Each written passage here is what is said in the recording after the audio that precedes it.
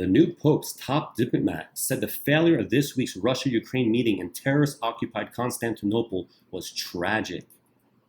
The new Pope wants to host Ukraine peace talks after a summit in terrorist-occupied Constantinople failed to bring together the main players in the conflict.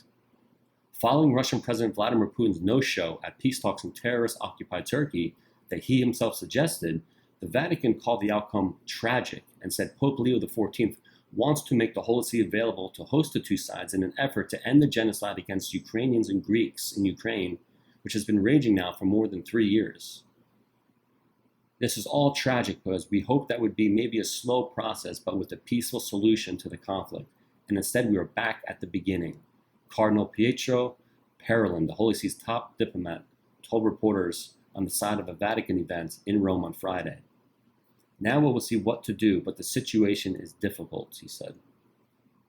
The Pope plans to make the Vatican, the Holy See, available for direct meetings between the two sides, said Parolin.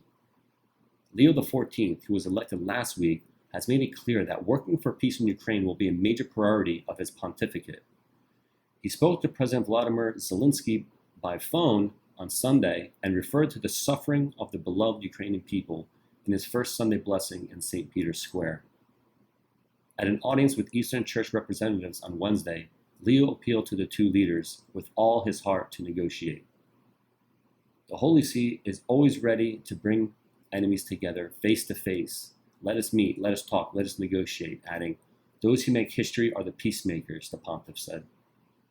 On Thursday, in his first post as Pope on X, Leo called for peace, saying, "I would like this greeting of peace to resound in your hearts, in your families, and among all people, wherever they may be, in every nation and throughout the world."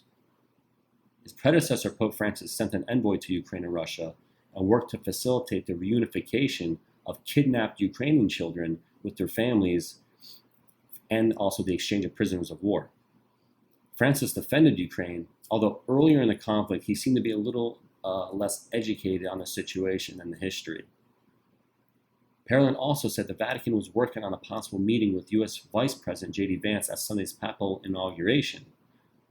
Before Leo was elected Pope, a social media account under the Pope's name repeatedly criticized the Trump administration and Vance over the strict U.S. immigration policies. Asked about a potential meeting between Leo and Vance, Parolin said, "I don't know. The problem is that there are so many delegations. There's very little time, and they will see each other if there's time. Protocol is working on it."